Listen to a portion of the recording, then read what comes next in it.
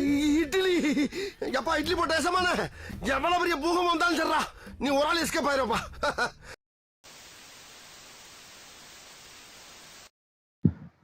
சட்டமன்றம் வீடியோ வந்து டுடே ட்ரெண்டிங்ல பார்ட் 12 பார்க்க போறோம். ஆமா.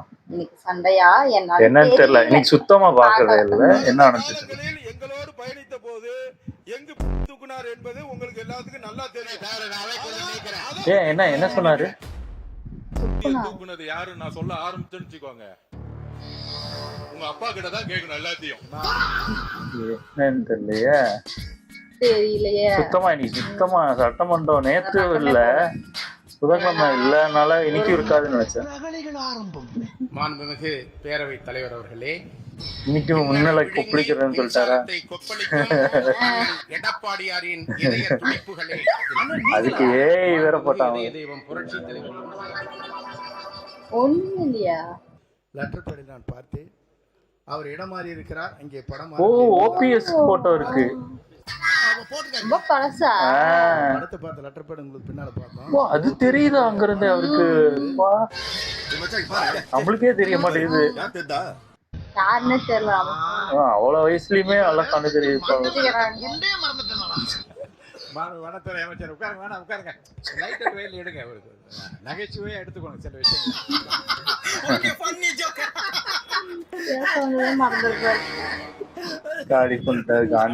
நாட்களாகவே ஒரு பெரிய சமூக தேசத்தை உலுக்கி கொண்டிருக்கிறது. பேசி முடிக்கிட்ட பதிவு பண்ண அப்புறம் நீங்க சொல்லிடுறேன். டேட்டாவை சொல்லி அப்புறம் பேச அலோவ் பண்ண போறேன். உட்காருங்க. இல்ல இது இவங்க பேசணும்னு நினைக்கிறாங்க. நாங்க தான் ஃபர்ஸ்ட் பேசுறோம், நாங்க தான் இதை கொண்டு வந்தோம்னு சொல்றது. போட்டி போடுறாங்க. இந்த நேபாள் பிரச்சனை தான் நினைக்கிறேன் தெரிஞ்சு.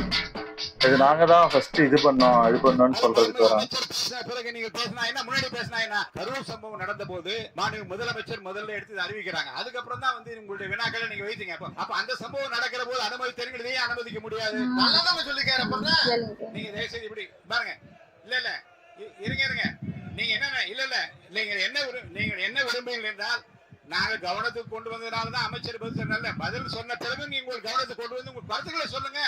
எப்பவும் நினைச்சதே கிடையாது. அதான் இவங்க பேசிட்டாங்கன்னா இவங்க தான் இது பண்ணதுன்னு ஆயிடக்கூடாதுன்னு தடுக்கப்படும். அரசுடைய கவனத்திற்கு கொண்டு வர்றோம். அதற்கு பிறகு நீங்க பதில் சொல்லுங்க. நான் என்ன சொல்றேன், கவனத்துக்கே கொண்டு வராம நீங்களே எல்லாத்துக்கு பதில் சொல்லுங்க. நான் எதுக்கு வரணும்? நீங்களே காமெடி பண்ணிட்டு அப்புறம் நான் எதுக்கு? அதுதான் பயப்படுறாங்க. அவன் ஒண்ணுமே பண்ண முடியும்னு சொல்லிடக்கூடாது. மக்களுக்கும் தெரிவிக்கிற விதத்தில் என்ன தவறு இருக்கிறது? ஒரு விஷயம் சொல்றேன் சார். நாங்க தான் இதை பத்தி பேசணும் சட்டசபையில. ஃபர்ஸ்ட் பேசினது நாங்க தான் அப்படின்னு பெருமை பேசுறதுக்காக பண்றாங்க. அதுக்குதான் ரெண்டு குரூப்பும் போராடுது. ஒரு நிமிஷம் சார். ஒரு நிமிஷம் இருங்க. காண்டாகிட்டே இருக்காங்க. டாக்டர் லட்சுமணன் உங்க எதிர்க்கட்சி தலைவர் இங்க உட்கார்ந்து இருக்காங்க. உங்க கொறடா இங்க இருக்காங்க. ஏன் இப்படி பாக்குறாரு? அமைச்சர் பெருமக்கள் பேசுகிற போது முன்னுரையாக ஏதாவது நீங்கள் சொல்ல விரும்புகிறீர்களா என்று நான் கேட்கிற போது நீங்கள் அறிவிப்புகளை முழுமையாக படித்து விடுங்க. இருங்க அப்படிலாம் இருங்க சார். அமைச்சர்கள் பதில் சொல்வதற்கு முன்பு முதல்ல அமைச்சர் உறுப்பினர்கள் பேசுவதற்கு முன்பாக அறிவிப்பை சொல்லிவிட்டார்கள். ஆனால் சபை பேச்சு சரியா இருக்காது. வேண்டாம் ஏட்டையா, ஓவரா ரிஸ்க் எடுத்துட்டு இருக்கீங்க. அவர் பொதுவா ஒண்ணு சொல்றேன். ஒரு திரைப்படத்துக்கே போறோம்னு வச்சுக்கோங்க. இந்த திரைப்படத்துல கிளைமேக்ஸ்ன்றது கடைசியா தான் இருக்கும். எப்படியுமே நீங்க ஒரு 2 மணி நேரம் இருக்கத்தானே போக போறீங்க, இதெல்லாம் பார்க்கத்தானே போறீங்க. அதனால போய் உட்கார்ந்த உடனே கிளைமேக்ஸ் முதல்ல போட்டுருவோம். அதுக்கப்புறம் அந்த படத்தை அவர் எப்படி டைரக்ட் பண்ணிருக்காரு எப்படி எல்லாமே நம்ம பார்த்து மெதுவா சொன்னா நல்லா வச்சா இருக்கும். இங்க என்னுடைய கருத்து என்னன்னா, கிளைமேக்ஸே பார்க்காம மக்கள் போயிடுற கவலையில் நான் சொன்னேன். இல்ல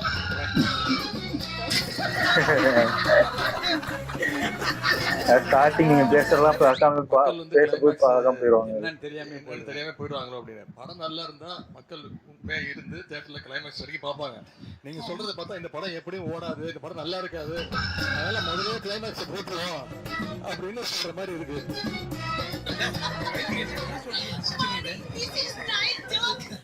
உங்களதான் நக்கல் அடிச்சுட்டு 2 கிளைமாக்ஸ் இருக்கு. முதல்லயும் கிளைமாக்ஸ் இருக்கு, பின்னாடியும் கிளைமாக்ஸ் இருக்கு.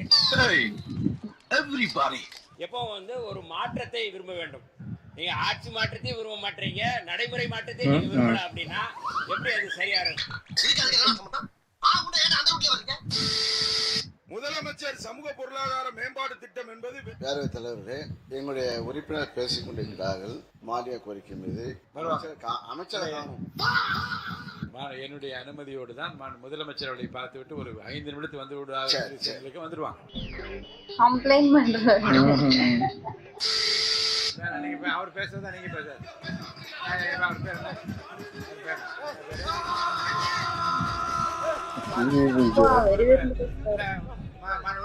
நீங்களே பேசுங்க. உட்காருங்க, அவரோட பேசிட்டோம். ஏன் அப்படி அவசரப்படுற? இதெல்லாம் பிளான் பண்ணி பண்ண வேண்டிய விஷயம்யா. உங்க சார்பா அவரே பேசிட்டோம். மைக் ஆன் பண்ணுங்கப்பா, அவர் என்ன பேசுறான்னு தெரியும். சும்மா ஏதோ சவுண்ட் வருவாரு. உட்கார மாட்டேங்கிறாரு. என்னத்தான் சொல்றாருன்னு தெரியல. திரும்பி பாருங்க, உட்கார்றாரா பாருங்க. அப்ப என்ன அரசு குறை? இது டூ மச். இது டூ மச். எது டூ மச்? எது பீஸ்ட் படத்தை தடை செய்ய வேண்டும் என்று அவர் தனி பிரத்யேக பேட்டியை அளிச்சிருந்தார். அதுல இஸ்லாமியருக்கு எதிராக இப்போது முதலமைச்சராக இருக்கக்கூடியவர் எவ்வாறு செயல்படுகிறார் என்பதை கூட 99 to 2004 கோத்ரா கலவரம் நடக்கும் பொழுது என்ன குரல் கொடுத்தீங்க நீங்க இஸ்லாமியர்களுக்கு? அமைச்சரவையில் இருந்தது யார்? இதே திமுக தான்.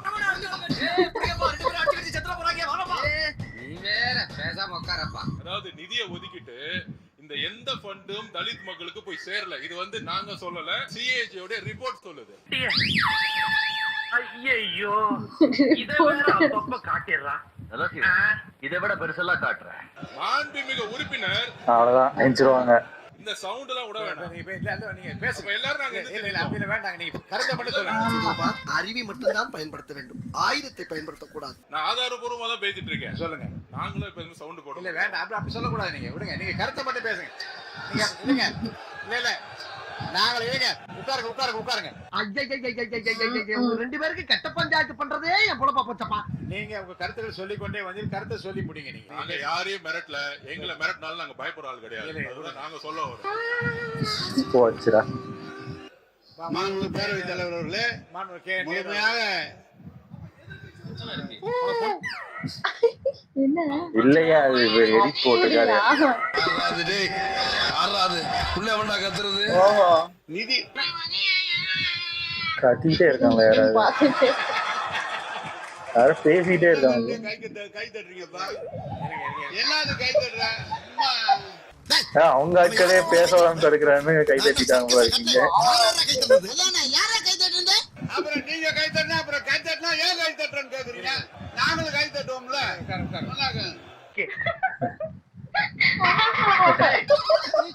உங்களுடைய அரசாங்கம் போது நீங்க வந்து 3 மாசம் ஆயிருக்கீங்க. நாளைக்கு உங்களுக்கு ஓராண்டு காலம் இருந்தால் அவங்களுடைய அரசாங்கத்தை பற்றி 5 ஆண்டுகளுக்கு தான் மக்கள் வாக்களித்தது. 5 ஆண்டுகள் இந்த ஆட்சி இருக்கும். நீங்க ஏங்க இருவேன். கட்சியில இருந்து எத்தனையோ மூத்த உறுப்பினர்கள் இன்னைக்கு இந்த சமூகத்தில இருந்து, ஒடுக்கப்பட்ட சமூகத்தில இருந்து இத்தனை பேர் வந்துட்டாங்க, இவ்வளவு பேர் வந்துட்டாங்க. நாங்க போட்ட பிச்சைன்னு சொன்னதை மறக்க முடியுமா? பிச்சை என்ற வார்த்தை ஆர்எஸ் பாரதி அவர் சொன்னாரு. பிச்சை என்ற வார்த்தை எங்க இருந்து எடுத்தீங்க? ஆர்எஸ் பாரதி சொல்றாரு. ஒரு கூட்டத்தில் இப்படி பேசி அதற்காக ஒரு வருத்தமும் தெரிவித்திருக்கிறாரு. தேவைப்பட்டால் சபாநாயகருக்கு நான் ஆதாரத்தை தருவேன். நான் சொல்லல. காசு எடுத்து எல்லாம் கொடுத்துறாங்க. திராவிட இயக்கம் போட்ட பிச்சை.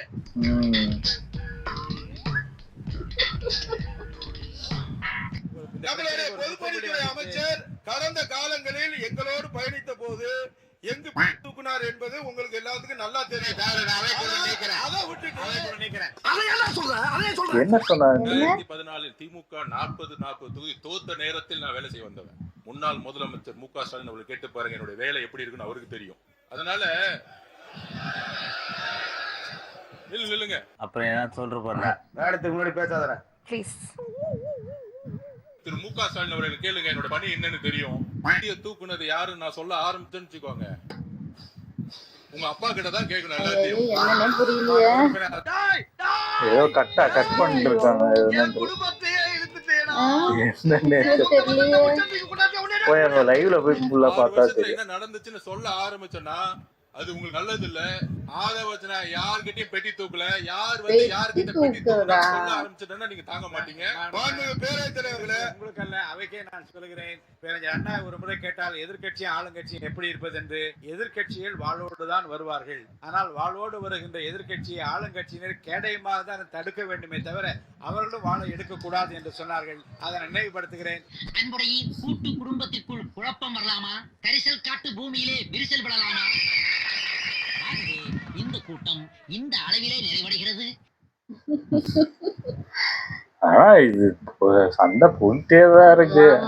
அது இவங்க ஏதாவது ஒண்ணு சொல்ல வந்தா இவங்க ஏதாவது ப்ரூஃபோட தான் அவங்க சொல்றாங்கன்னா அதை கேட்க கூட மாட்டேங்கிறாங்க. உடனே ஒரு 20 பேர் 30 பேர் நீங்க நல்லா நோட் பண்ணீங்கன்னா தெரியும், மேக்சிமம் அந்த சைடு மட்டும்தான் எந்திக்கிறாங்க. அதிமுக கூட ஏதாவது வேற ஏதாவது பிரச்சனைக்கு தான் எந்திக்கிறாங்க தவிர்த்து இந்த மாதிரி இதுக்கெல்லாம் மேக்சிமம் அவங்க எந்திக்கவே மாட்டேங்கிறாங்க. இவங்க தான் மேக்சிமம் ஏதாவது கொண்டு வந்துட்டாங்க, பேச ஆரம்பிச்சாலே எந்திரிச்சிடுறாங்க, படப்படம் கத்த ஆரம்பிச்சிடுறாங்க. இவங்க அப்புறம் அவங்க பேசும்போது மட்டும் அமைதியா இருக்கணும், இவங்க பேசும்போதே அமைதியா இருக்க கூடாத மாதிரி கத்திடுறாங்க. அந்த பக்கம் அதிமுக அந்த லெட்டர் பேட்ல வந்து அவரோட ஓபிஎஸ் அத கூட மாத்தவே இல்ல, அவங்க அப்படியே வச்சு போயிட்டாரு. அத பாத்துட்டாரு, செங்கோட்டையன் பார்த்து மாத்தி விட்டாரு.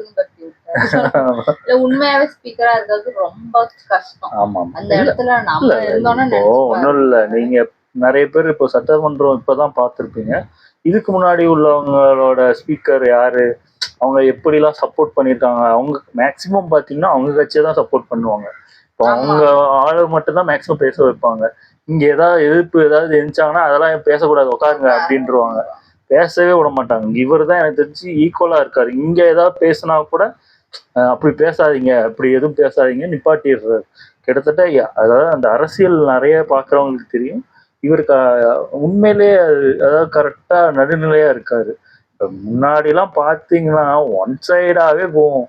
நான் இப்போ 1-2 இது நானும் பார்த்துருக்கேன். எங்க அப்பா அடிக்கடி பார்ப்பாங்க. அப்போ சும்மா பார்க்கும்போது இந்த சைடு வந்தாலே அவ்வளவுதான், உட்காரு அப்படின்ட்டுருவாங்க. அதான் இன்னைக்கு எனக்கு தெரிஞ்சு இது சிஎம் விஜய் இல்லை போல இருக்கு. அவங்க வேற ஏதோ ஈவெண்ட் ஏதோ போனதுனால இல்லை போல இருக்கு. நல்லா இருந்துச்சு. ஓகே, வீடியோஸ் உங்களுக்கு பிடிச்சிருந்தா லைக் பண்ணுங்க, ஷேர் பண்ணுங்க, கமெண்ட் பண்ணுங்க, மறக்காம சப்ஸ்கிரைப் பண்ணுங்க. எல்லாருக்கும்